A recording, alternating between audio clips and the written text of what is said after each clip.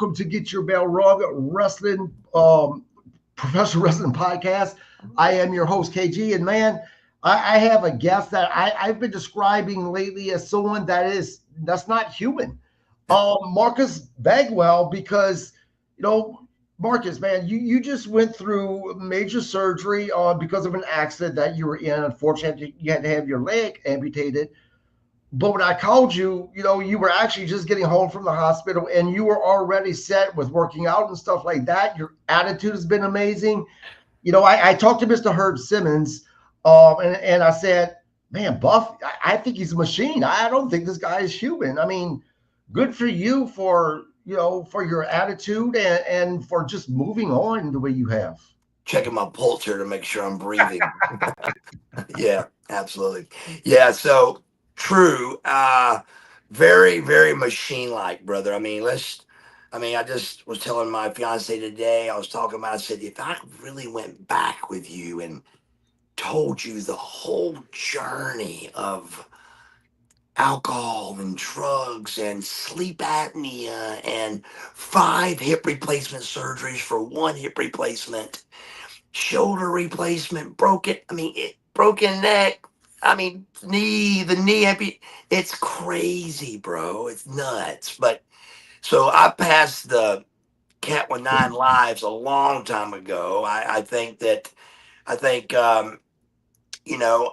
just think where I'm at in life right now with God is always number one, with God and then my sobriety. Where I'm at with those two things is so powerful that is the lead horse to all of this. Um, I've said several times on podcasts and stuff, not several, but a few times, that it's very important. And I feel with all of my heart that every person has got to have something to put in the void of the drink or the drug. They've got to put something in place of the drink and the drug. My personal opinion is that needs to be 3 things. Any three you want, but if you don't have something in place of that drink or that drug, you are going to fail. My 3 in this order is God, Stacy Brown, and then myself. And by going in that order, I put together 3 years, August 27th of Wow. this year, 2025. So coming up on 3 years. And I'm telling you, it's everything else, man. I mean, everything, underline it and exclamation point. Everything after that falls in to place. And then if it doesn't fall into place, it's life, and you now handle it because you're sober. You've got God. You're in a good place in life.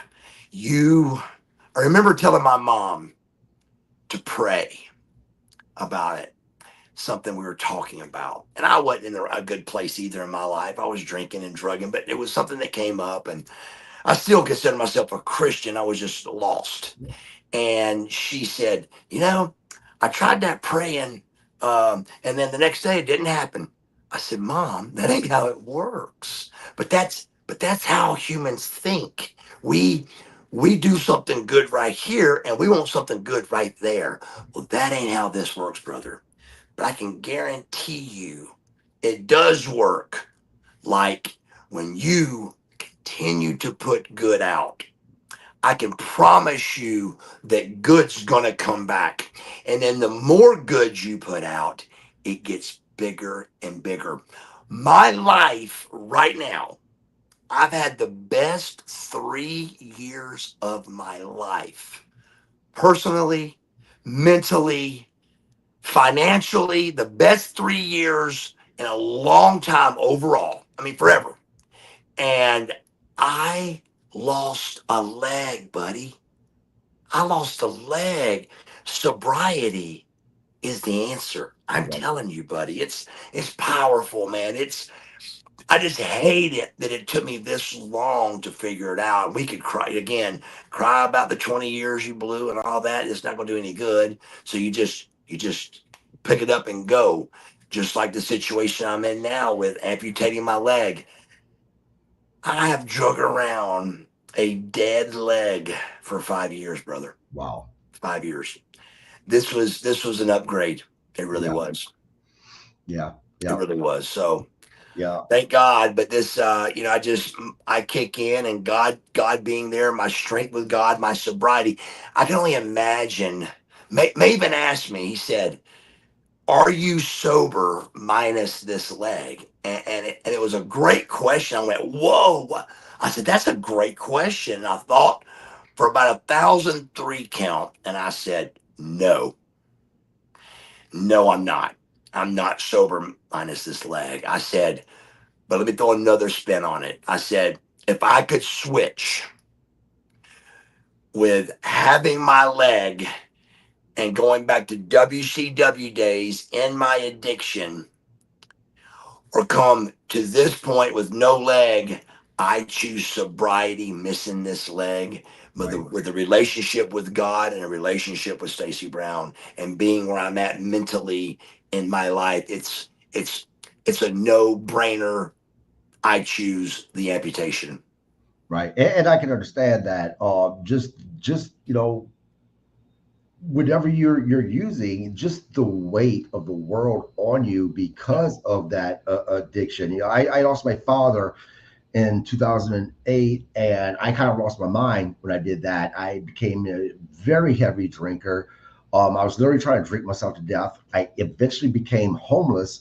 And brothers, is just like you said, the first part was I stopped drinking, but when I met my wife, who she was my best friend at the time, man, just everything started to fall in place whenever I started to do things that were healthy for myself, Yeah. to the point where I'm at in my life now. So I can uh, I can understand what you're saying to a degree, and I want to get more into your personal life. I usually start my podcast when I'm interviewing people like yourself with your upbringing, and I want to get to that. But first, for about 5 minutes, I want to talk about what's all over the news right now, and that's the unfortunate passing of Hulk Hogan. You worked with Hulk Hogan in WCW. You were part of the NWO. Uh, I guess the first questions: what was your first thoughts when you heard about Hulk Hogan passing? Well, first of all, it's important to say that I've lost several people in my life to to death and stuff, and not a brother yet, and but I've lost a mother and a father would be the closest things. But even with friends and moms and mother and father losing them, I had a really hard time with death as a child, but not with death, not the trouble that you're thinking. I had the trouble because I wasn't sad.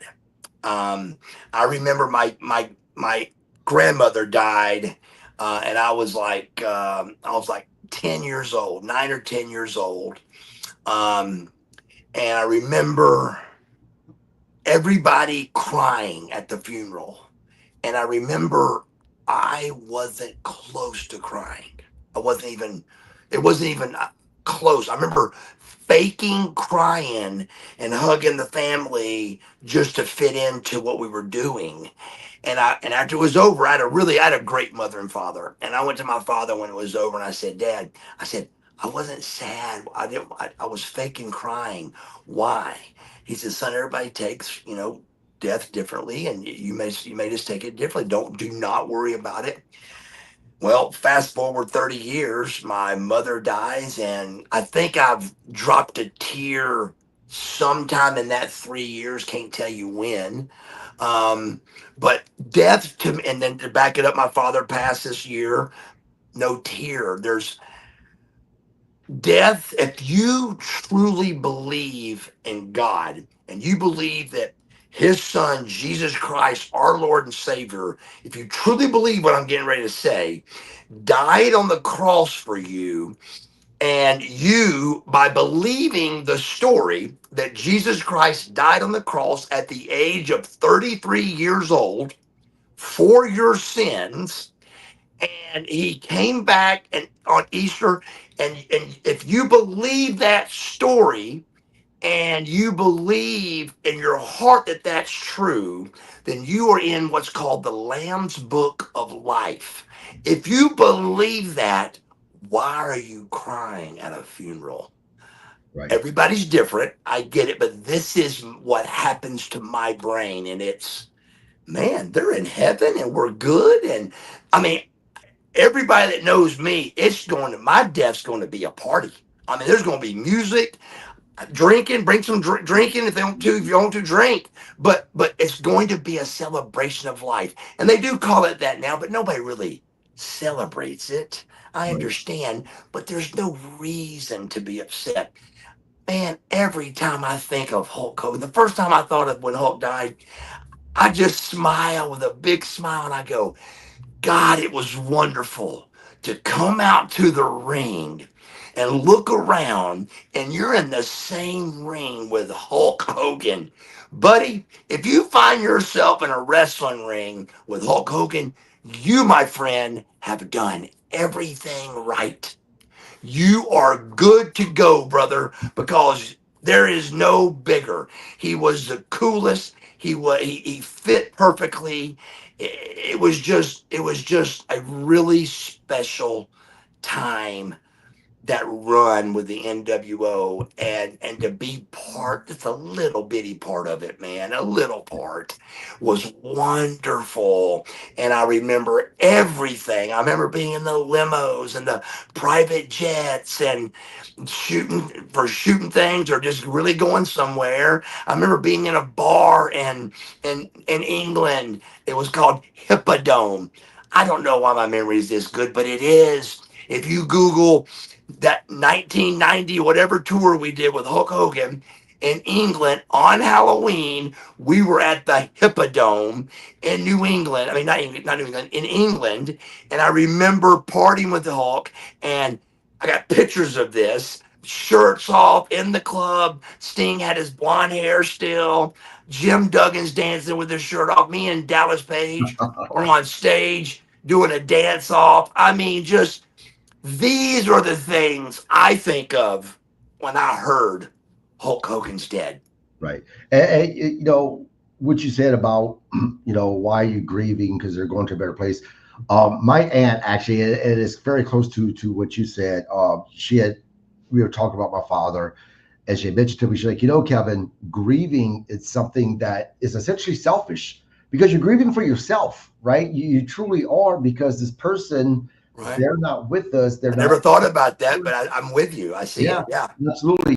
Mr. Herb Simmons, he said, "You're one strong person, Buff. Hang in there and keep spreading your life story." Love, Mr. Herb. Thank you so much, Herb, for joining in, for commenting. I appreciate that. Herb's a great guy. Yeah, yeah. And so tell me, what was it like working with Hogan? In my mind, if I when I picture working with someone like Hulk Hogan, I'm picturing a man that is a perfectionist, right? A man that just wants things perfect.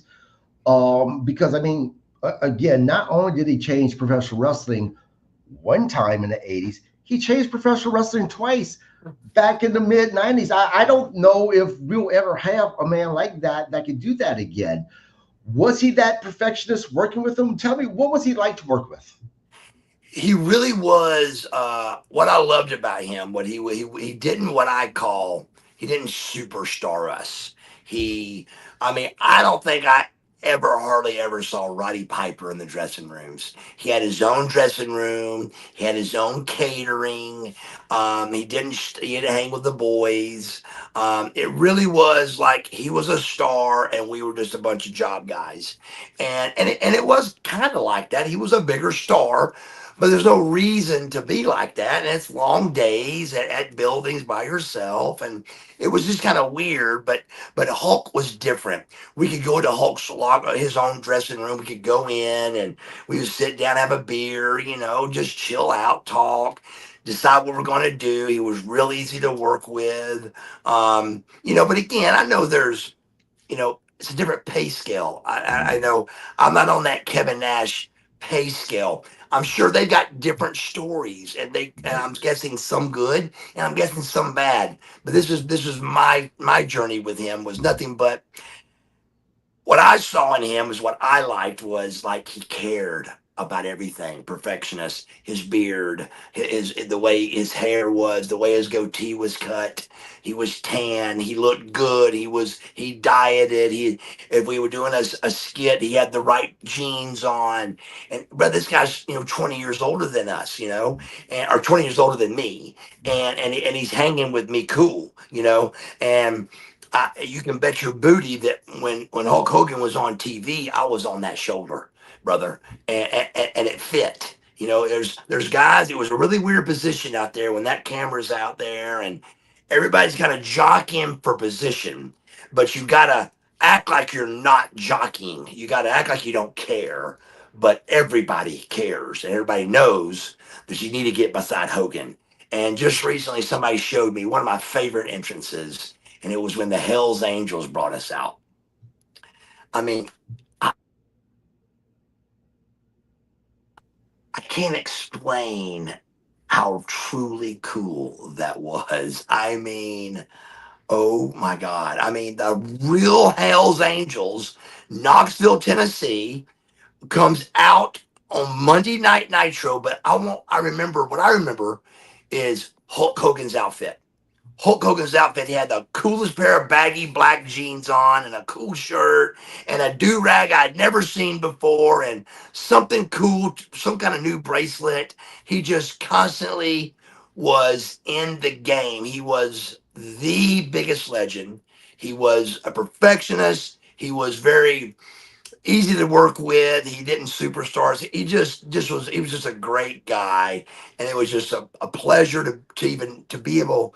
It's an honor to even be able to say that I was in the ring and was friends with Hulk Hogan. It means a lot to me to be able to say that. Yeah. So does it ever?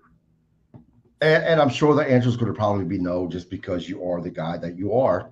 But I'm going to ask anyway. Sure. Does it ever bother you that when people talk about professional wrestling, changing in the '90s, the people they talk about is Hogan, Hall, and then Nash. People like yourself aren't mentioned as much as these guys are mentioned. Does it bother you? Because I mean, look, you may not have been Hulk Hogan or Kevin Nash or Scott Hall, but you were a major part in that as well, right? Yes. Does it ever eat at you at times? It really doesn't. I mean, to be honest with you, man, a minute ago you heard me say it. I was a small part, buddy. Right. A very small. I mean, I it was a blast and it was cool to be Buff Bagwell. And I had a great physique and it looked really cool to be in great shape and in the NWO.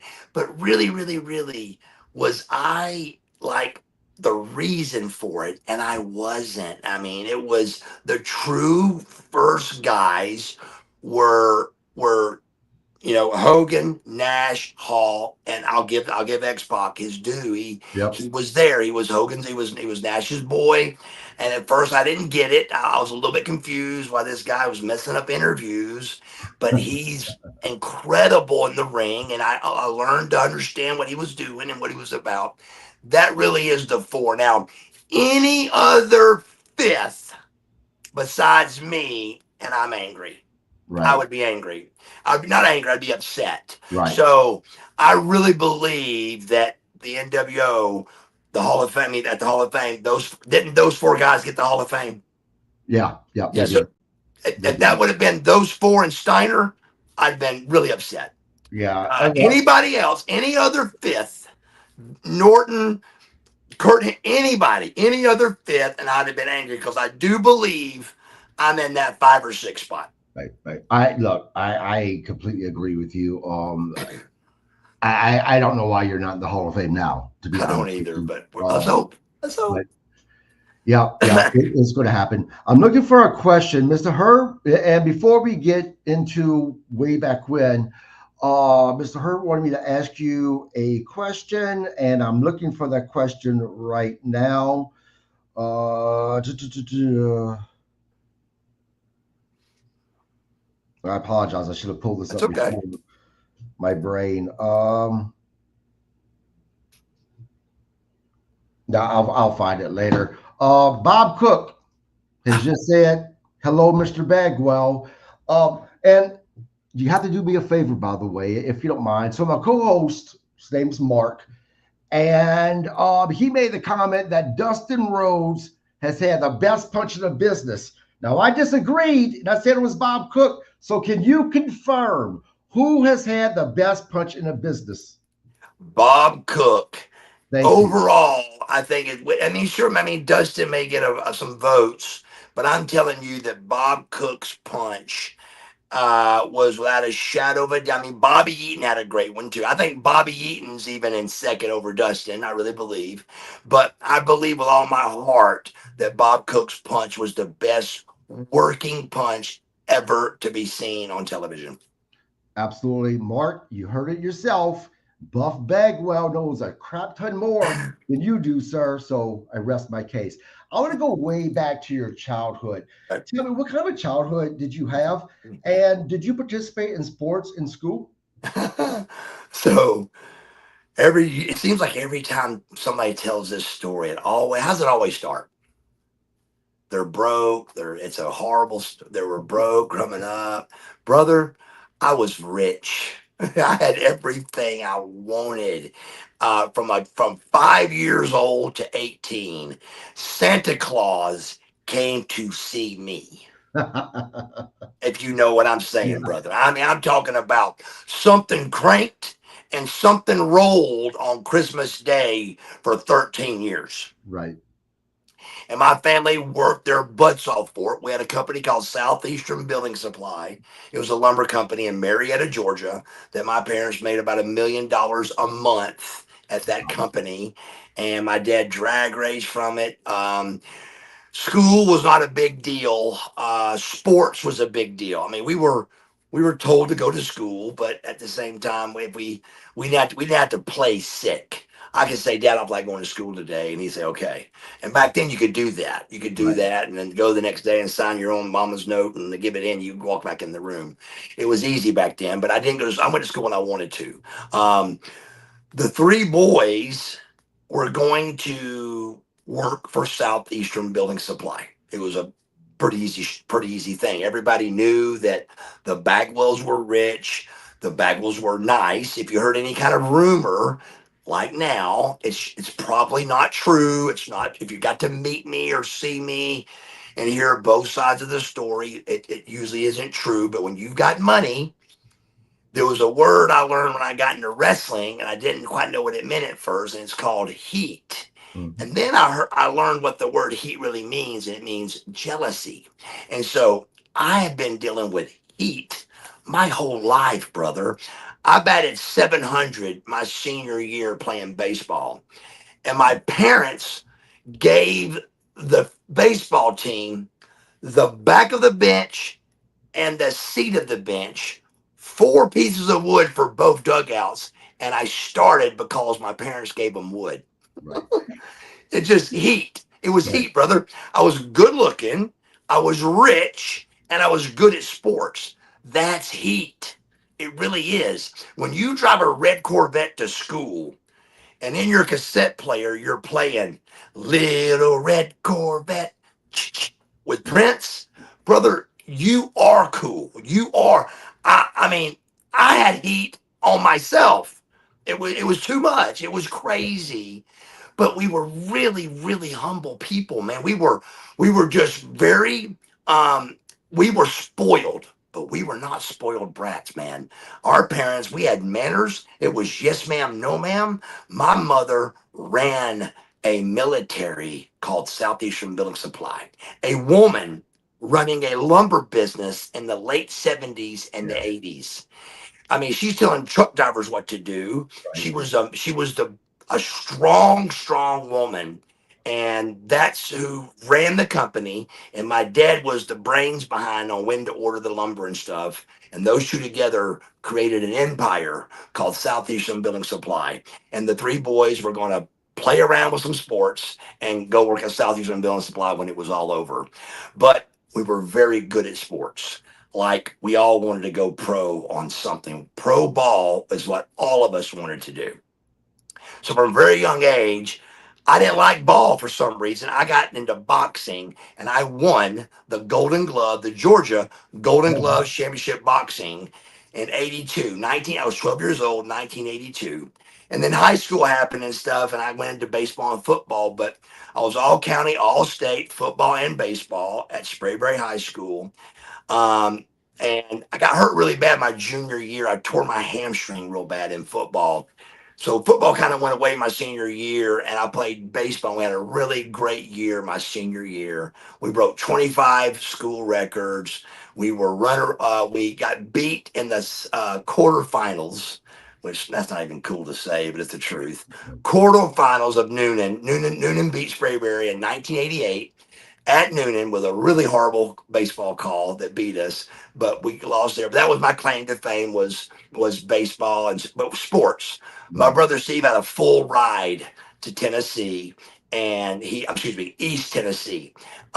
And but back then that school, I'm not sure it may be like this now, but it was a bigger school than the volunteer school. It just wasn't as popular with sports, but it was called East Tennessee State, and he got a full ride there.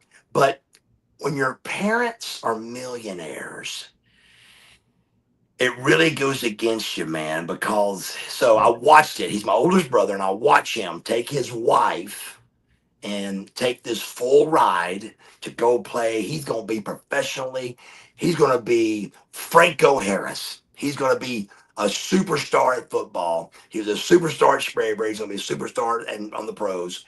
And I watch him go to college and become a freshman again. And you either had to dig in and become that freshman again, or you could go back to Marietta, Georgia, where your red Corvette is, and you could be a millionaire. Right. That's tough, man. That's really, really tough. I don't know what I would have done. I really don't. I think I would have come back too. Yeah. The coach even came back and promised him he would be starting, and he just didn't go back. And I watched him um, go through that, and then I watched my middle brother the same thing. My middle brother could have easily played pro baseball for somebody. He broke a lot of records coming out of Sprayberry. He was on this thing called the dugout team, which they take one player from each county to play in a baseball game, and he was that guy. They played at Atlanta Fulton County Stadium, the one that Hank Aaron hit the home run in to break the record. And he played at that stadium. I went and watched him. The Braves had a tryout of like an open tryout, 2,000 people. Uh, they cut it to 500. My brother made it to the 500. They cut it to 100 guys, and my brother went drag racing with my father and didn't go to the tryouts. Wow. And again, now I do know what I would have done with that. Right. Right. He blew it. He really did. I don't know if he was scared. I don't know what it was, but instead of just going to the tryout, he went drag racing with my father. And Wow. I was like, what do you do? But again, I'm 11, 12 years old. They're 19, 20. They're out of high school. They're great graduating, 18. Right. And I was like, what are you doing, brother? So I watched both of them do this. But again, the losing story here is we're millionaires working at Southeastern Building Supply. Right. Woo! Right. So here comes 1988. I'm graduating with a 1.8 grade point average, and I've got my dad comes up and says we're losing our company. We're going to lose everything. You need to be thinking about what you want to do. And I went, what? So mayhem happened right there on everything, but families fighting and arguing and whose fault and fingers pointing and all that. But the facts are we're going down. And my dad buys my oldest brother a gym to get him something, try to get him something going. He buys my middle brother a drywall company to get him something going. Um, we couldn't figure out what to do for me. I'm 18 years old. I'm just graduating high school, a 1.8 grade point average, which is horrible.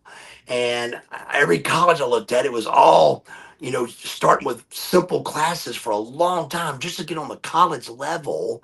It was really disheartening.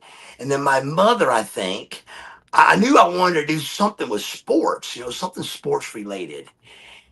But sports medicine and all that, that's schooling. But part of sports medicine is massage therapy. Mm, And Atlanta School of Massage, I was really trying to clean up the word masseuse. right. They were trying to change it to massage therapist, and they were cleaning it up. And so my parents and me, we decided for me to go to the Atlanta School of Massage. It had a full college prep anatomy physiology course, and it could at least give me something that I could make money in to move on to sports medicine if that's what I would like to do, or sports trainer or something like that. So I graduate $10,000 to go to school, 8 to 5 every day. I think it was 6 or 8 months. I graduate number one in my class, and I go to work for the number one company in Georgia called Corporate Sports. And Corporate Sports was just a big company that did all of the athletic clubs, the big money people, like the older people that get massages and pampered and stuff. So it was a really wonderful job I had. But my very first client when I went was a woman, and she walked in the room, and I said, "How you doing?" And she didn't respond, and she turned and walked out. And I said, "Ma'am, where are you going?" She goes, "There's no way I'm letting you massage me." And I go, "What are you talking about?" I said, I'm like really good at what I do." She goes, and from that point on, I didn't realize it, but it was over right there.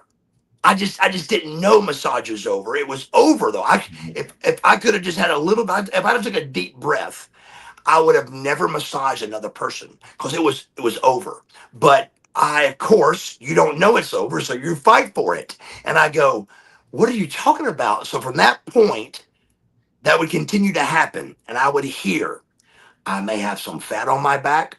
I may have a bump on my back. My husband would kill me." It was things where women talk a big game, but they were insecure Mhm. about taking their clothes off to get massaged. And nobody's naked. You get in the sheets and you massage the person, but still.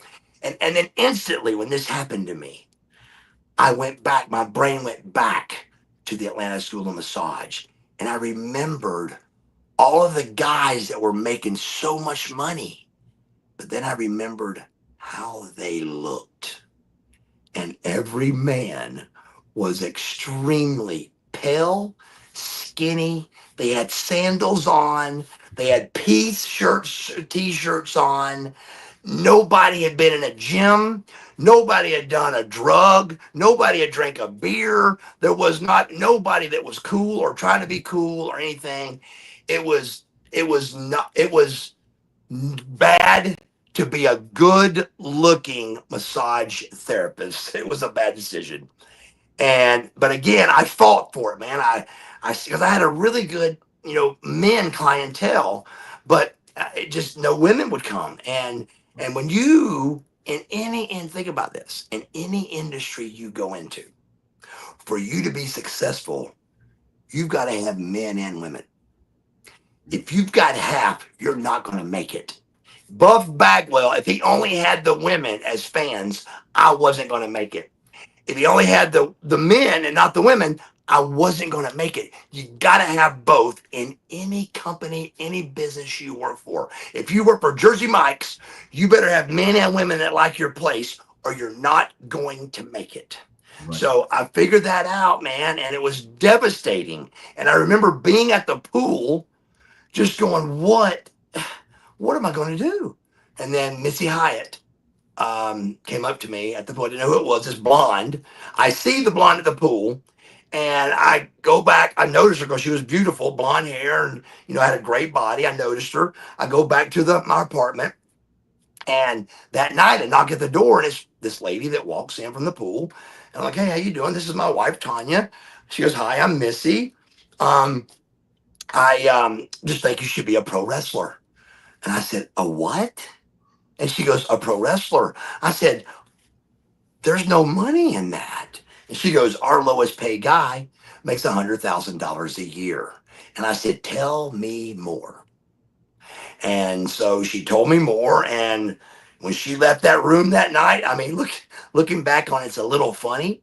But when I closed, I'm just now feeling this right now as I'm telling you. When I closed that apartment door, there was no doubt in my mind that I was going to be a professional wrestler. That's how it felt.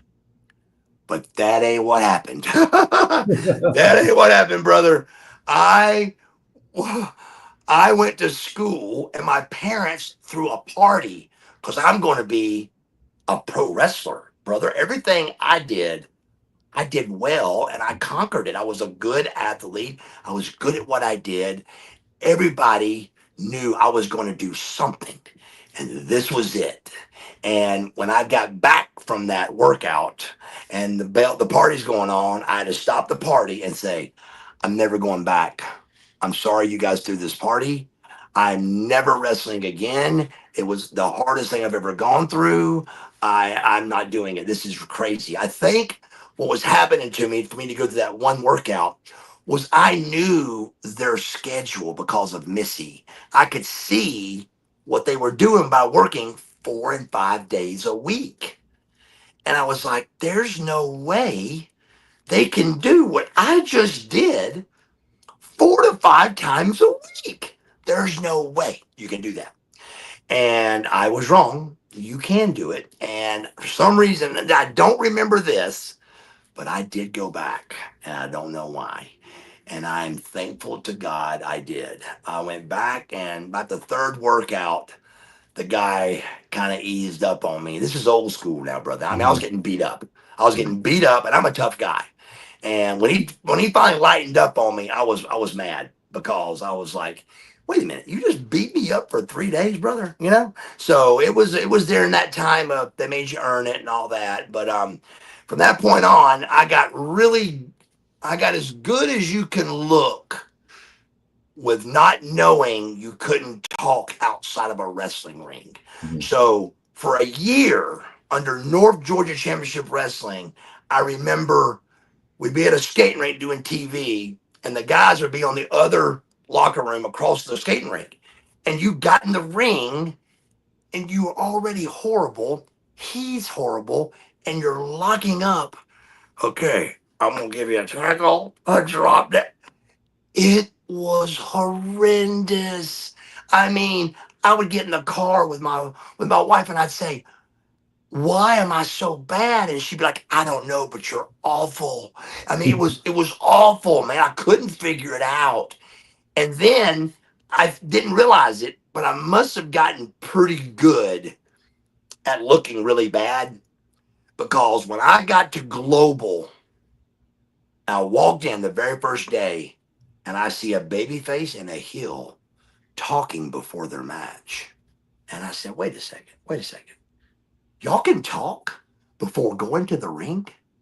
And they said, yeah, what are you talking about? I go, I didn't say another word, but in my mind, I went, I got this. I can do this. If I could show, I'm going to do this one day. If I could show the last match as the fabulous Fabian, because it could be a couple of months in between it only at the most, the last match that fabulous Fabian had compared to the handsome stranger, the match is 1,000 times better because I could speak to my opponent for a little bit. And I was like, I can do this. And I got good and I got good quick. And I mean, that was on Global was only 3 months. Right. So I went from horrible to pretty daggum good to WCW called. And I had to fake it till I made it with them. I had to fake it. I said that I was good. I could do what everybody told me to do, but I didn't know what I was doing. But I could still do it. And I learned like that. And I just faked it till I made it. Right. So how long was it? How long were you wrestling before you got that call from WCW? So every time I do this math, it blows my mind. But let's do it. Let's do it this way.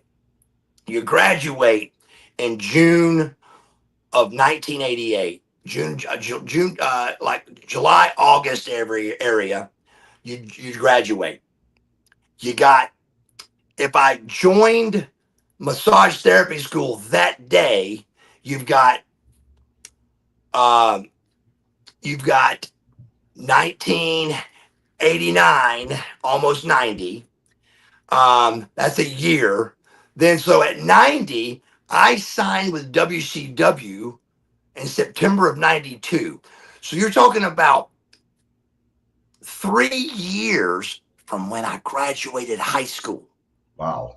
And I didn't know about pro wrestling. I didn't want to be a pro wrestler. I wasn't a fan of pro wrestling. And that gets a lot of heat with the guys Right. because most all the wrestlers, 99% of them, they wanted to be a pro wrestler when they were born. They dressed up at Halloween, they had their birthday cakes. Certain guys wasn't like that, and Sting was not like that. Lex Luger was not like that, and I wasn't like that. We loved this business, but we didn't get into it because we dressed up like our favorite wrestler as kids. We Right. didn't wrestle in our backyards and pretend to be Dusty Rhodes. Right. I watched on TV and I was a fan, but I really didn't. It wasn't much more than that. It just wasn't that big a deal, and that's rare. That's very rare for this industry. Most guys, I would say, in the high '90s, are huge childhood wrestling fans. Yep. Now I want to show you a picture, and I want you to tell me um, what do you think about when you see young Buff Bagwell there? Um, Let me. I gotta see the picture first. Oh, you can't see it from your Not, end? not yet. Ah, no, it's on there. So I'm not sure why you're not able to see it. It's okay. What's up? Maybe. Yep, Can yep. you? It's a very, very a baby, Buff Bagwell. Do I have the? Do I have the singlet on? Nope, you're no shirt on, puffed up hair a little bit. It was right when you debuted with Is it WCW. Actually. this? Yep. That's the only picture you'll find with me doing the famous wrestler pose of I'll make my biceps look big and my arms crossed. After that, I didn't want to hide my abs. Right. Now, when you got to WCW, do you remember who was your first opponent and how was your match? Were you satisfied that, I this was a good match, or were you disappointed in the match? Nobody has ever asked me that, and that's a great question. So there's a little bit of a story here, and so George South. Do you know who George No, South is? absolutely, absolutely. We love George South, and Yeah. George South, he tells the best Marcus Alexander Bagwell story ever, and that is a story where I was at the Georgia Mountain Center. We were doing TV tapings at Georgia Mountain Center. I was told to be there. I got there. I'm on a $500 a week go to school contract. But I was told to be at Georgia Mountain Center for TV. And I show up, of course. So me and Dustin are in the ring with Mike Graham messing around. And I did, and God, George tells it so well. I do a tryout with Dusty Rhodes watching me at ringside Wow. in an empty building. And Dusty says, "Let me see what you got, kid," and crosses his arms. And I look over. I'm 21 years old, young 21. I'm like, what is going on? I, George South, the way he tells it, this never happens. Nobody ever gets a job like this. Nobody. He said, as soon as that match is over, he goes, I saw you the next TV taping. It's like that got your job for you. I've never seen. He gets chill bumps telling it. It's a great story, and it's the true story. But when I locked up with Mike Graham to show Dusty what I could do, I got him in a right-handed headlock, and that's just not what you do. Right. So Mike goes, "What do you want to do now?" And I said, "Well, give me a second." I don't know what I did, but I remember just trying to make it look cool and get him in the left hand, left side. And then, but after that, man, it was tackle, drop down, leapfrog, hip toss, drop kick, and it was really really good. But I really did get that tryout that way, and that picture of me doing that was that night at the Georgia Mountain Center. That was the first photo I took for WCW. Now, the NWO, that debate, that was what, in 97 ish when that happened? Maybe late '96, right? They said so, and so you were in WCW for quite a while then Yeah. before that actually happened. Before the NWO, before professional wrestling really exploded again with the NWO and all that happening, what was your feeling about your career? I mean, were you thinking, okay, I'm happy where I'm at, it's cool, it's a solid paycheck, or were you starting to question, man, is this for me? Like, or is this going to turn into something bigger? Yeah. That's a great question, also. And, it wasn't like WCW was flourishing. I mean, we were digging. I mean, I made 100 grand a year was my first contract. But I remember year two, we had to take a 20% cut in our pay, and I just thought it was going to be the big names getting cut, but it was all of us. And I remember finding out that Dallas Page was getting 85,000 a year, which is $5,000 more than me on a 20% cut. And I go to Eric Bischoff and I said, Eric, I don't want to take the cut. He goes, you got to take the cut. I said, then I want 85. He goes, no. I said, Eric, if you can look across that desk and tell me that Diamond Dallas Page is worth $5,000 more than me, I'll sign it. And he goes, I can't do that. So here's what we're going to do. If you'll sign the deal, I will cut you a $20,000 check at the end of the year. And Eric, like every other thing Eric Bischoff did for me, he was completely business and professional and was the best boss I ever worked for. And I made it. And now I thought, well, hey, we'll just buckle down and we'll have 20 grand at the end of the year. And we were broke and we needed the 20 grand to pay all our bills off. But 100 grand in this business is about the bare minimum 25, 30 years ago that you could make in this business and survive without your wife working and with one income. And but anything below that. So, like I said, so second year was a cut. It wasn't WWF's killing us. Nobody will come to center stage to see us for free. I mean, it was shaky. I mean, I remember playing golf with Sting and going, doesn't it bother you that we're playing golf? And you're making $500,000 a year. Does that not affect you? The way he said no. He was Mark. He said, this is Ted Turner. They make money on the television shows, the tapings. There's ratings and there's money. He explained it all to me. He said, now they're not doing as good as they want to do, but don't you just hit the golf ball. You don't worry about that.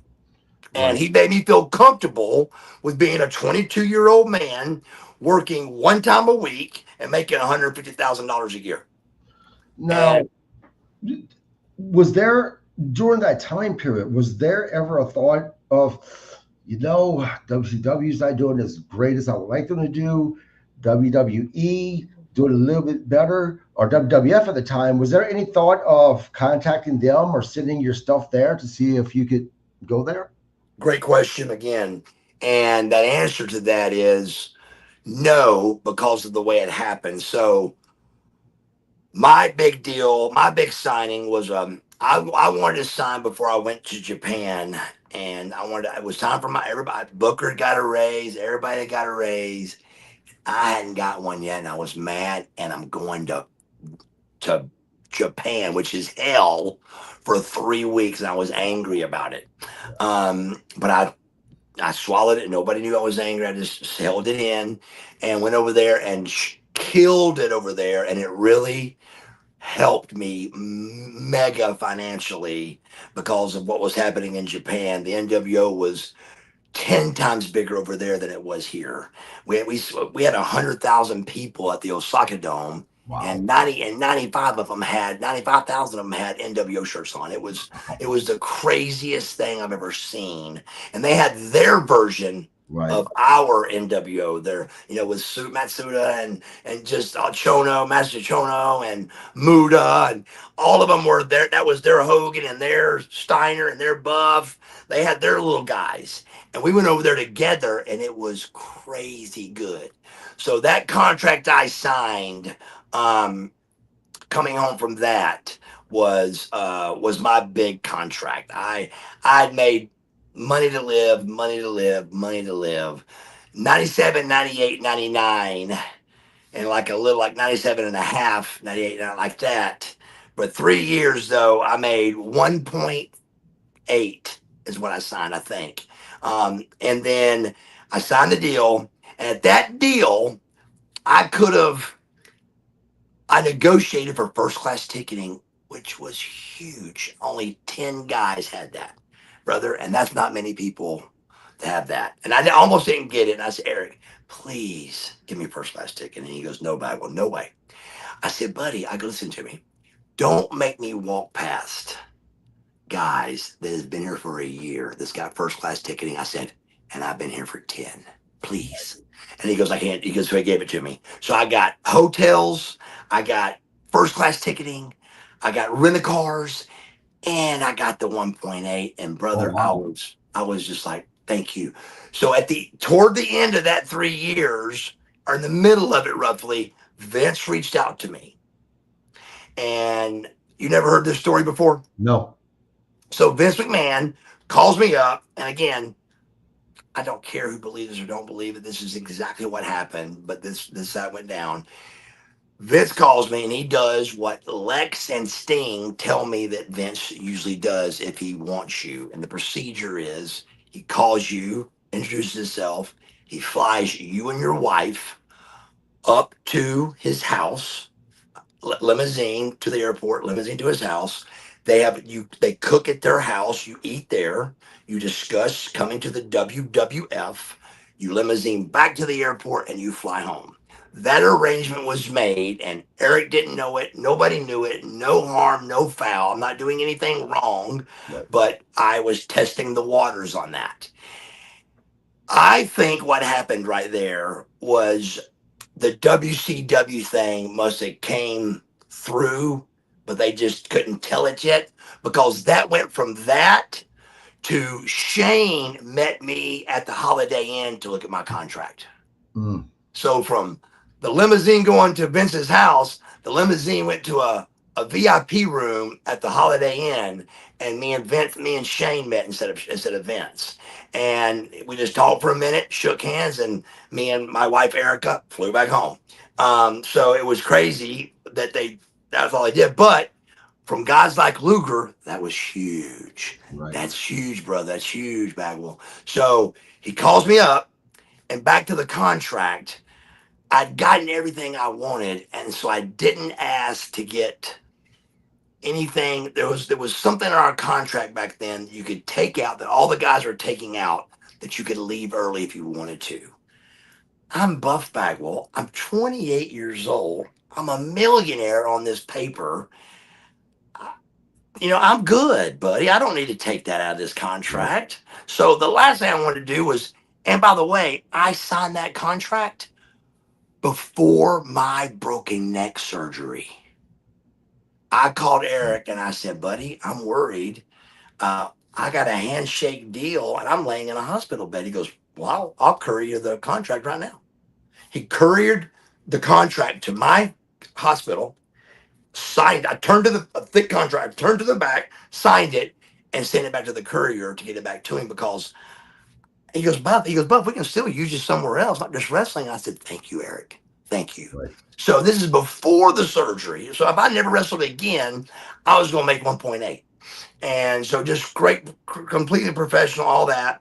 So I get back and and Vince calls me. He goes, I've never seen a more strict contract than you've signed.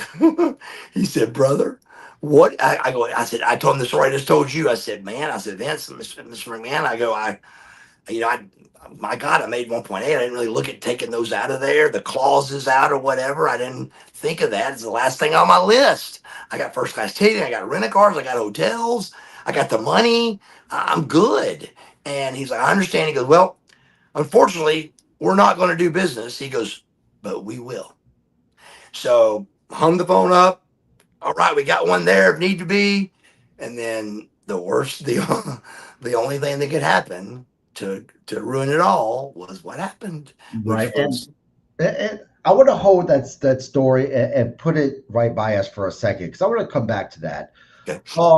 So with the whole NWO, well, when Kevin Nash and Scott Hall came to WCW, uh, were you part of anything at that point? Did Eric or anyone else sit down and say, "Hey, this is what we're doing. Eventually, we're going to bring you in"? How did this all take place? How it all took place was WCW was doing pretty good. I mean, we had Hogan with us, we had Macho, we had the Nasty Boys. You know, we were trying to turn the ship. We were trying to turn it, and I remember. Me and Scotty, world tag team champions with American males, were together at the time, and I remember thinking this could be a big team. Still, we had cool outfits, we had a good chemistry, we were a good tag team. So it was all really up thinking, and I mean, I can remember like I never had to go. I wish I was in the NWO because it happened too fast, but I'm glad I didn't have to do that. But a lot of guys sat there going, man, I'd love to be in the NWO, but that didn't happen because I was in something good anyway. The Right. American Males, we were dark match for the very first Monday Night Nitro against Dick Wow. Slater and Bunkhouse Buck. Me Wow. and Scotty Riggs were dark. And when you're dark match, you're next, brother. You're You're right. next. So we were dark match that one, and we were on the very next one. So we were in a good spot. Um, Scotty was doing great. We looked great. I was doing great, healthy, good, and now we got a successful show. And now we got Luger. Now we got Luger, brother. So we're looking good. And then I remember I was in it was in Maryland. It was in Baltimore, Maryland, not in Baltimore, but right north of Baltimore, a town I can never remember the name of. But we were in two cities always there. We did that one town, then we'd come down and do Baltimore.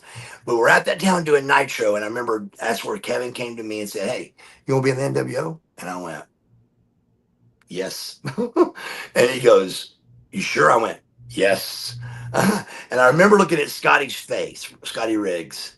I remember looking at his face. We didn't say anything, and nothing was said, but man, if if a face could say it all, I think both of ours did.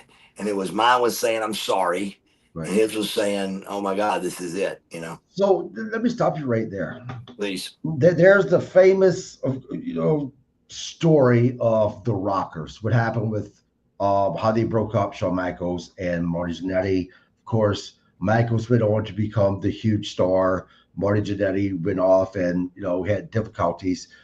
Would you compare the breakup of the American Males similar to that? You would be the Shawn Michaels and Scotty Riggs, who, by the way, is a phenomenal athlete and good for him for what he's done with his life, right? But at that time, would he be kind of the Marty Jannetty? I think without a shadow of a doubt, he would even agree yes. But that's not how we looked at it. Right, We there was no Shawn Michael when we were together. But as soon as Kevin asked the question, and I'm just saying this right now that right, I've never been asked this question. As soon as Kevin asked me and didn't ask Scotty, that made me the Shawn right, Michaels of the team. And but it was not like that before. I mean, right, I'm the one that came up with the outfits and things like that. But that's how he worked. He loved me taking the ball. I would take the ball. I would every outfit we wore was my idea. Everyone.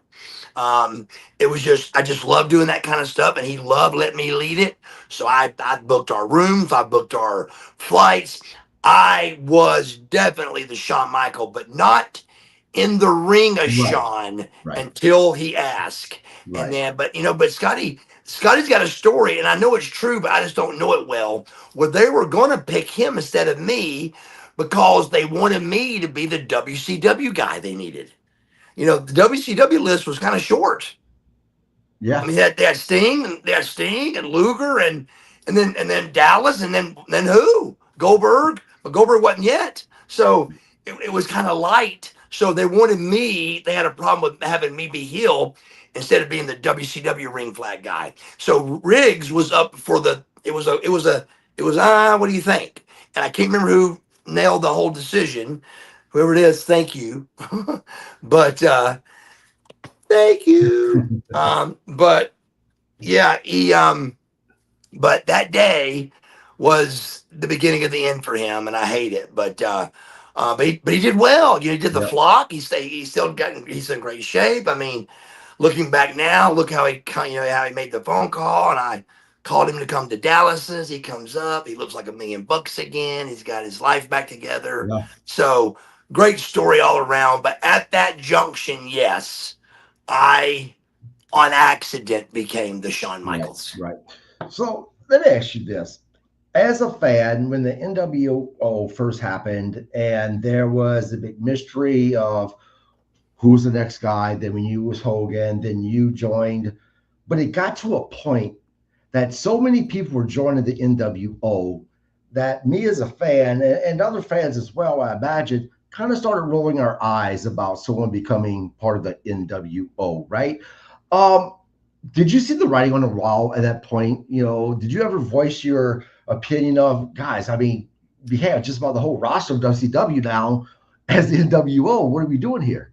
That was just, I remember just even hearing the edges of what you're saying. Just hearing the edges was so far out of my pay scale. I mean, and I'm buff, brother. I rode with Sting and Luger, and when I would even hear what they were talking about, I was like, wow, I don't want to be involved in that. It just, it was so much power and ideas. I remember being in the room with Eric when they called him that we needed to do a Thunder on Thursday night. And I said, Eric, and so did Kevin, everybody else said, Eric, we can't run another show. There's no way. And he goes, well, if we don't do it, they're going to fire all of us. So Wow. we got to do it. So he goes, here's what we're going to do.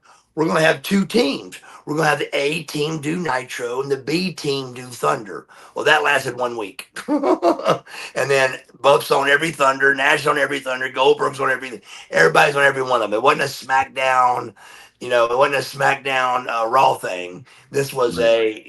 ratings were low. Let's get them back up. So yeah, it became just another day on our schedule, which is great. I loved it. It was fun, but it was definitely, we knew that that was happening, but it's just, what do you do? I mean, again, I'm Buff Bagwell. I'm on the private jet, buddy, and let me tell you, that's 5 people. Right. I'm on the jet with 5 people, and Eric's one of them, and it's a 5 total. So I'm in, and I was not in that kind of a meeting ever. When it was really just like deep, and Kevin would try to help. I remember seeing Kevin and Scott and too many guys, and then remember we start taking the guys off. They'd fall off. Where did Bubba go, and where did so and so go, and where's so and they're trying to. And then the big rumor came, well, they're going to have another NWO, but there's going to be the elite. And we're going to unwash it down. Well, when we came out the red and black, Hogan still wore the black and white. Right. So it was like, wait a minute, what's going on here, man? If I'm confused, everybody at home is definitely confused. Right. So we wrote, and I don't think I was figured into the Wolf Pack. I think that Sting got me in that. And 10 years, I never asked Sting. And again, he may have one that I've asked him, but I don't remember asking Sting for a business favor. Um, and that was one thing he didn't like, is to interfere friendship with business, and so I never did, and that's why we were such good friends. But he had been gone for a long time in the late '90s there, and we went back to Monday Night Nitro at the Georgia Dome in Atlanta. And I remember I was seeing red and black NWO shirts walking around, and I didn't have one. Mm. And there's only a few. I saw Scotty with one, and some Hogan with one. I'm like, huh. I said, oh boy, oh boy. So Sting was on that Nitro, and I ain't seen him in a long time. I got him in the locker room. I said, buddy, I need some help. He said, what is it? I said, and I started going for the long story. He goes, tell me what you want. I said, there's NWO shirts going around, and he was gone. It wasn't 3 minutes. He came back, and anytime you get into the NWO, it really wasn't just one shirt. They gave you two. They gave you a tank top and a t-shirt. That's how it was professionally done backstage. And Sting threw me my two shirts, and he goes, "Don't ask anything." I said, "I won't." So I don't know if I was figured in, if I wasn't figured in, but I didn't care because I'm NWO. Right. Now, I got to tell you, out of all the NWO members, Hogan, Nash, Hall, they were cool, right?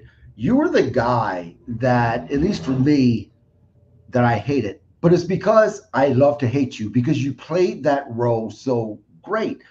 But on the night that you're facing Steiner, the night that you injure your neck, April 22nd, 1998. right?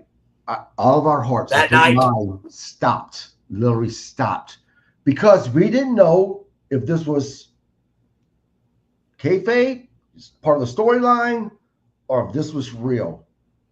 Talk to me about that. Talk to me about what you felt when this happened, and did those thoughts of my career's over with go through your head? wow. I've talked about this a few times before, but I don't think I've ever had somebody ask it in a way that you just ask it that really got me prepared to answer this question. I mean, I can tell that you were watching that night, and you Yes. were watching as a fan, and all of a sudden there's this guy that's going down that you feel in your heart is really hurt, but you know it's pro wrestling too, and you quite don't know. But then you're watching and they show that replay, and you're like, oh my God, did you see? And now you're thinking, oh my God, he really is hurt. You know, he's really hurt. But is he? So I can only imagine, but I heard it in your explanation and your setup, and it was great. Um, April 22nd, 1998, Columbia, South Carolina. I remember I had came up with the entire finish. And the reason I remember that is because it was really good. And we were all really good at setting up matches, but this night particularly, I had just come up with the with the hot tag part of the match, which is the most important. It's where it's where you make the tag, hot tag, and the comeback. Boom, boom, boom, and you go into the finish. So that was mine that I called, which equaled Lex knocking Norton over the top rope. I clotheslining Luger over the top rope. I called this finish. I know what's next. I turn into Steiner's slam to go up for the Bulldog. Buff Bagwell called this whole finish. So I'm waiting for the Bulldog, and the Bulldog that I've taken 10,000 times before, he comes off. I don't know what's happened yet, but I just know that I feel him, and then I remember reaching for the ground. I couldn't reach the ground, and I remember just instantly knowing that I didn't instantly know I was paralyzed, but I instantly knew that something was bad, bad wrong, and it was overwhelming. I remember going into the mat and not hearing anything, and I think probably at about the count of five, two things I remember: that I was smothering and I couldn't help myself. I was in the mat and I couldn't roll or anything. I couldn't move. I didn't know why.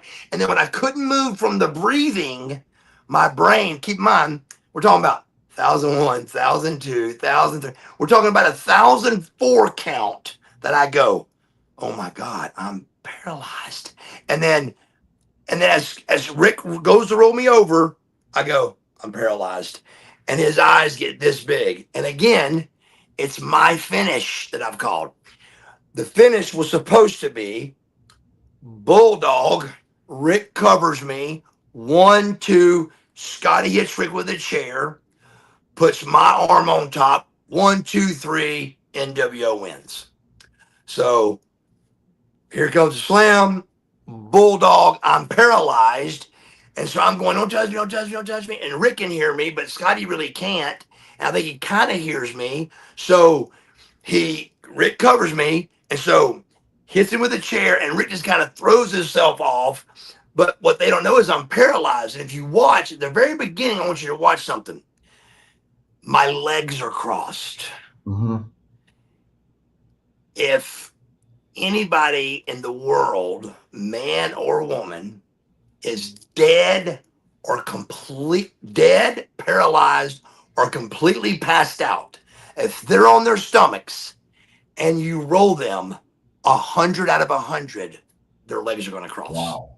Wow. I didn't know that until this day. So if you look, my legs are crossed, but only briefly because that stupid Virgil tried to slide me out of the ring paralyzed. And so he grabbed my boots. But when I first rolled over, my legs are crossed, and Scotty goes to put my arm over Rick, and my arm goes. Yeah. And now the ref counts 1, 2, 3. Well, who the hell won? Right. Who won? So now Virgil's trying to slide me out, and Norton's going, stop, stop, stop. And try to stop them from sliding me out. And so we at that junction, then now Luger, everybody's over me, and we're talking. And I've not a tear in my face. There was no tear. It was so real, man. It was over. The dream that I was living was over, and I couldn't believe it. What came to me to say is what God had told me in my life before this to never ask. And that is to ask why. And so instead of saying, I was convicted. I wanted to know why I was paralyzed. I wanted to know how you can take Buff Bagwell in the middle of this ride and you can paralyze me, brother. I need to know why. And I was under such conviction of not saying why that I said, is this really the plan you have for me? That's what I asked. And we just laid there for a minute. And I remember his name sometime, Danny. I can't remember his last name right now, but I'm really good with names, but I forgot it. But Danny was our trainer. And I remember he was checking on me, and Norton's trying to get that seat into a stretcher, but it wasn't the right kind of thing. They're trying to all get me. He's calling my mom from the ring and making sure I'm okay. And I'm completely neck down, paralyzed. And I remember in that 4, 5, 6 minutes, whatever it was, that Danny, the trainer, I looked at him and I said, I don't know where this came from, but I go, but there's 4 witnesses that could tell you this story. Rick Steiner, Lex Luger, Danny, and Scott Norton can tell you that I said, I can go around to schools like Christopher Reeves does, and I can talk to schools. And I swear to Jesus Christ, Lord, my Savior, I can telling you that my left hand, I didn't know it. Danny goes, your left hand's moving. Wow. And I couldn't look up and see it, but I really believe with all of my heart that because I took, just like I'm doing now, I took a negative thing and I made it positive from my heart. Not pretend, not I'm going to fake it a little. From my heart, I was going to go to schools and talk to them in wheelchair and try to help people. And from me being positive and that coming out, I believe with all of my body that God allowed me to move again from that. And Danny goes, your arm's moving, your hand's moving. And I couldn't see it, but I could kind of feel it. And I remember it was like hot water came up one arm and stopped, and the other arm and stopped, and then leg, but it goes to commercial break. And when it comes back, you can see me if you look close. I go, and I feel right here because I can't feel it yet. Right. So I'm feeling to see if this is back, and it's not back yet. So by the time I got on the stretcher, I still can't feel this, and I am duct taped to the board, but I'm moving my fingers, The entire time I'm asking, hey, if you can move your fingers, does that mean you're paralyzed? And nobody will answer me. And finally I go, FUCK, can you hear me? And one of the EMT guys goes, we're not answering you because we don't know. We're not allowed to answer. Right. So we don't know, buddy. We don't know. And I said, thank you for telling me that. I won't ask no more. So 2 hours, three or four CAT scans and MRIs later, the doctor walks in and says, sit up. And I said, do what? He said, sit up. I sit up and I feel just like I felt before any of this happened. I feel like 100%. So I have them wheel me out to Lex and Sting, and I go, and they go, oh my God, what happened? They're crying. What happened? How can you move? What happened to me was called a spinal bruise. Mhm. When you bruise a spinal cord, it hits and it swells. When your spinal cord swells, the human body paralyzes. When the swelling goes down, the human body can move again. But it's still there. It's still touching the spinal cord.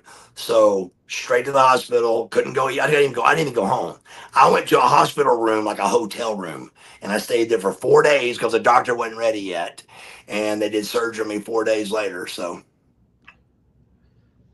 Now, I tell you, what came of this is to this day considered um, one of the greatest cult um, uh, classics in professional wrestling, which is your mother, I think Judy, right, debuting on Nitro and take it from there because she was involved in some matches, some things that happened. And I'm not joking, Buff. Go and look this up.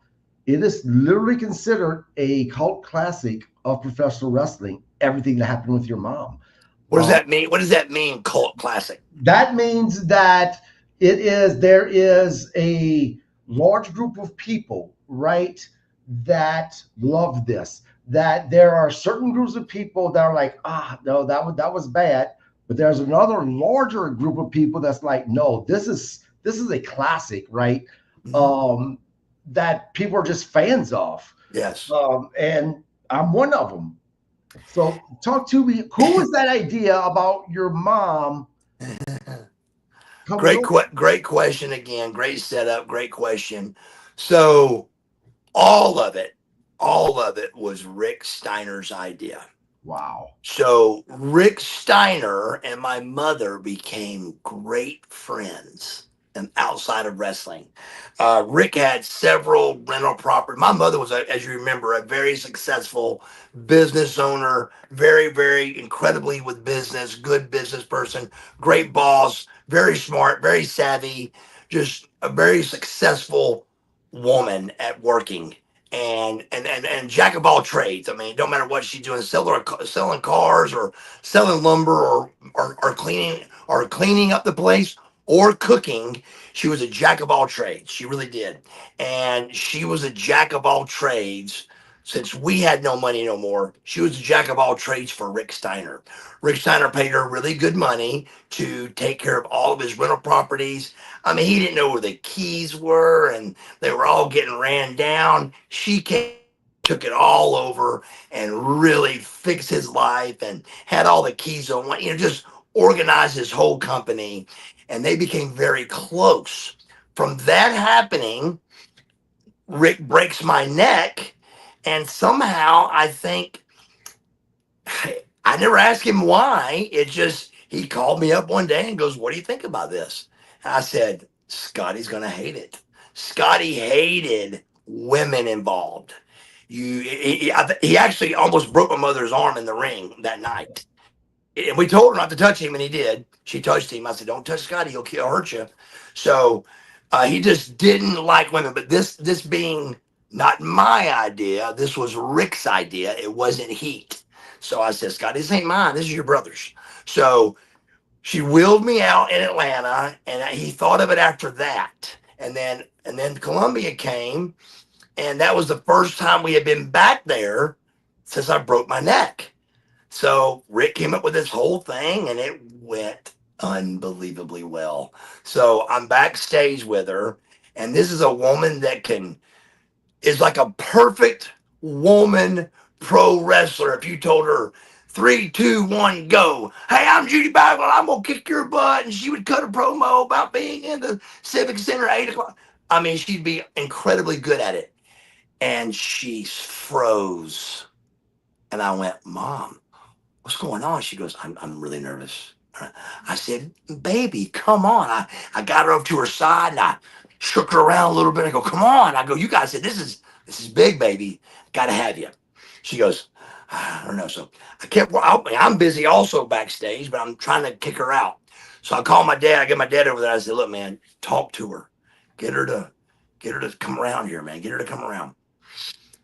So the last time I saw her, though, I remember thinking, I need to have a plan B. A plan B. So all we really knew was that she was coming out to get on me. We hadn't gone over verbiage or what to say. Excuse me. What to say, verbiage, nothing. Just an altercation where we fought back to the back. And not to touch Scott Steiner and do not get in the wrestling ring. She starts going and she's doing pretty good, but I shut her up. And the plan B I took, I said, let me tell you something, lady. I said, without me, you couldn't even eat. I said, hell, without me, the whole damn family couldn't eat. And here she come, buddy. And I knew it. So here come Judy Bagwell when I did that. And I was like, yeah. And then we didn't go over, we didn't plan it. Boom, there's a slap and I go down and there's off by the ear. I mean, it couldn't have been planned any better because we didn't plan it. We just did it and it was incredible. It was. So I'm going to skip and go over because we're running out of time here. Yeah, There's still so much I haven't talked to you about. I'm going to have you back on. sure. But WCW unfortunately comes to an end. WW Vince McMahon buys it out. He buys out your contract as well. You go to WWE. You have your one match with Booker T, and then you're let go because quote unquote it was a bad match, which I don't believe. I watched the match. It wasn't a bad match. You remember when I told you I wanted to put that story to the side for a second that you were saying by that meeting? Do you think that Vince McMahon, you had heat with Vince McMahon because you did not join WWF when he wanted you to back during the success of WCW? You decided you would stay with WCW. Do you think that had more to do with with Vince not wanting you there than a so-called bad match? Which, by the way, again, it was not a bad match. It's the craziest thing that's ever been said in my whole career is if it was a bad match, I would say it was a bad match, but Well, that's everyone crazy. has a bad match. So Yeah, if he but wanted to fire for having it's one bad night, for love of God, we would have the a whole the wrestling whole movie. the whole world would be fired. Right. But the answer is no. I don't believe that because of two things. Um, if he would have asked me to come and I would have turned him down, then I would say yes to that. But that wasn't the case. He Right. out of his own mouth clarified, I couldn't get you if I wanted you right now, but I will have you one day. And we laughed and cut up. And then the second reason why is not because of my opinion, because of what top guys have told me. And that is the night that they took over WCW and Vince McMahon said 5 names, and I was one of the 5. Everybody that I know that personally knows but personally knows Vince McMahon said, you're good. You're good. He don't do that. You're good. And I said, quit saying that. I try to unjinx all of it. But nobody gets, I'm going to say that. Buff Bagwell should not have been what they called I never was told I was fired. It was always called released. Mm-hmm. And I raised my hand on what the difference was, and they told me there was a difference. They said, if we fire you, we got to redo your contract. If we release you, we can bring you back in 3 months. Now, I knew that didn't matter, Right. but they actually, I had to go, yeah, okay. When I was really going, no, that don't make any sense. But you, at that junction, you just say, I heard something positive. Let me shake on that and get out of this room, you know? But the second thing what I told you was when he said that was, um, Lex and all those guys said he just don't do that. And it got the second biggest pop. It really, and to this day, I've never seen it. Maybe somebody showed me once, but I never really sat, watched it, and listened to the crowd response. But I've been told that I was one of the five, and I was told it was the second biggest pop. Um, and so I really just didn't think. What I was saying a minute ago is how do you fire or release a Buff Bagwell without some type of warning? I mean, buddy, no matter where I was at in my head, there was nothing I wouldn't do to stay with the WWF. So if it was quit drinking, go to rehab, whatever it was I was doing, which anything I was doing was getting done by a lot more people than just me. Right. But let's get it on the table. Here's what's wrong. Bad match. You do it again, you're fired. Okay, I got it. Okay, and see, as far as the match goes, this is what and something else you probably don't know is like when we got to the back, Booker and Johnny Ace, the only three people that know this story. But when we got to the back, me and Booker were kind of bickering on being a bad match and like us not being I was a little blown up and there was a lot of things that was bad about it, but it wasn't it wasn't a match you get in trouble over. It was a match that you get told, hey, you got to pick it up a little bit. You don't get fired over a wrestling match, and there was no mistakes. You can't label a wrestling match a bad match when there's no flaws. It just didn't flow good. I get it, but you don't get fired over that. You get warned. You get punished in some way. There was no punishment, buddy. There Right. was not even a. There wasn't even a timeout. It was just get out, and I just couldn't believe it. I went, wait a second, what? So there was no. I mean, I don't know to this day. I truly don't know what I was fired over, buddy. Mm. I have no idea. And let me back that up. Not fired. I don't know what I was released Great. over. I was released. So I'm not sure. I'm not sure what that even means, except they told me I was coming back in 3 months. But I'm telling you, I was doing thousands of things wrong. But don't you have to be talked Right. to before you get fired? Hint, hint. No, you don't. Right. Nope. Yep. And I guess I leaned on that. I leaned on knowing I was drinking too much beer. I leaned and could stop. I leaned on knowing I was swallowing too many pills, but could stop. I was still in incredible shape. I could definitely do this job. I'm ready to go, but I'm not going to change things unless I have to. And I never got that chance except Jim Ross lying about my mother calling for me to get out of house shows. I Yeah. wrestle. I wrestle with 20 staples in my head, Right. but I'm going to call in sick after that. That doesn't make sense, Jim, and it's not true. Yeah. It's a lie. So they lied to the world, and the world believed them. Well, not And everybody. thanks. Not everybody. And I have three more quick questions. And for those who are watching who joined in later, if you're wondering about us talking about his leg being amputated, we kind of covered that at the beginning of the podcast. For those who are kind of waiting for me to talk about some of the things addiction-wise that Buff went through, I purposely didn't go there because he has talked about it so many times on so many different podcasts. I like my podcast to be a little bit different, and I like to try to ask questions that they've never either been asked before or I asked it at least differently. So just to give you guys a heads up about that. Couple more questions for you. AEW, right? You have Tony Schiavone there. AEW is very WCW like, right? Love them.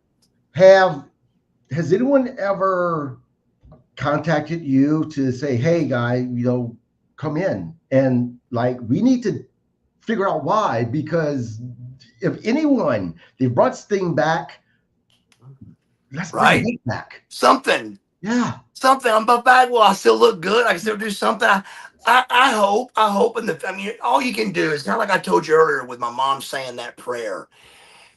It's not up to me. It's I'm putting good out, and when that happens, I've seen and I've looked at good comes back, and I put a lot of bad out for a long time, brother, and I put good out for 3 years.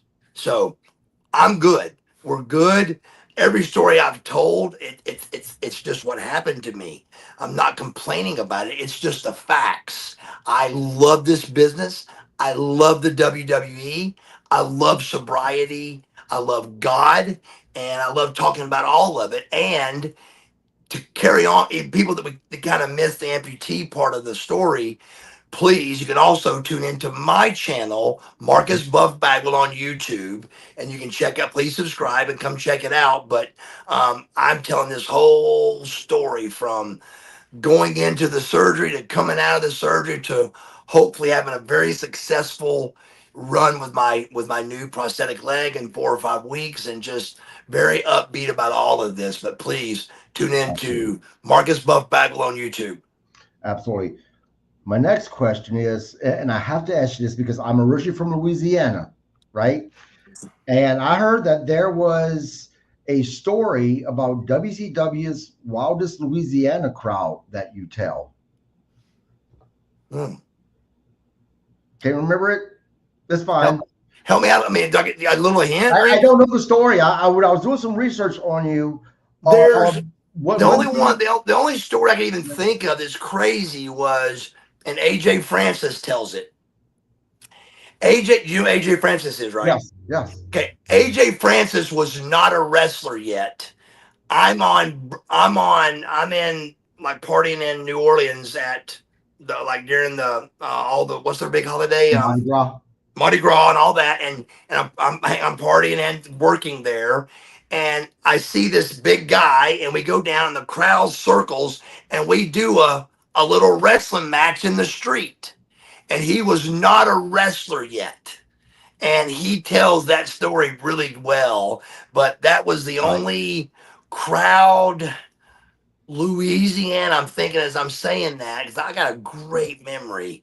That's the only Louisiana crowd thing I've got, man. That's it. Good enough. Last question. What's next for Buff Bagwell? Oh wow, wow. What's next? Well, I would say next is, and first and foremost, is growing my relationship with Jesus Christ, my Lord and Savior. That's number one. I'm really working.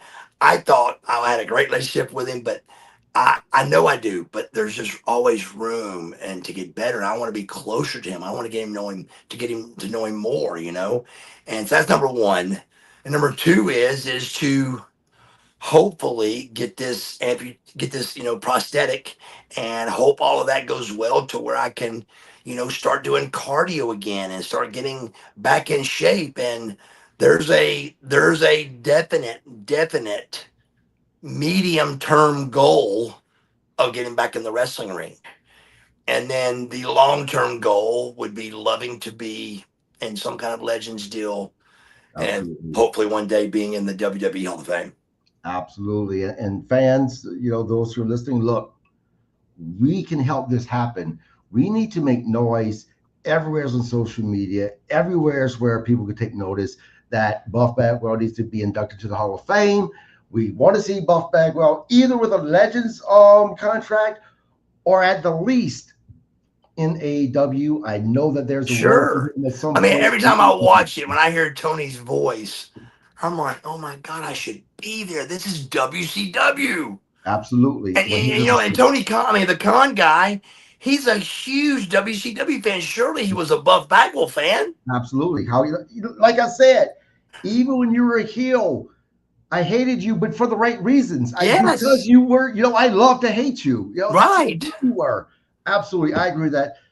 Buff, thank you so much for coming on. It's been an Thank you. absolute pleasure to talk to Yes. you. I wish you nothing but well wishes. I have no doubt that we're going to see you back in the ring. I have no doubt that you're going to achieve all of your dreams that you Thank you, still brother. have that you want to achieve. I really Thank you, appreciate it. brother.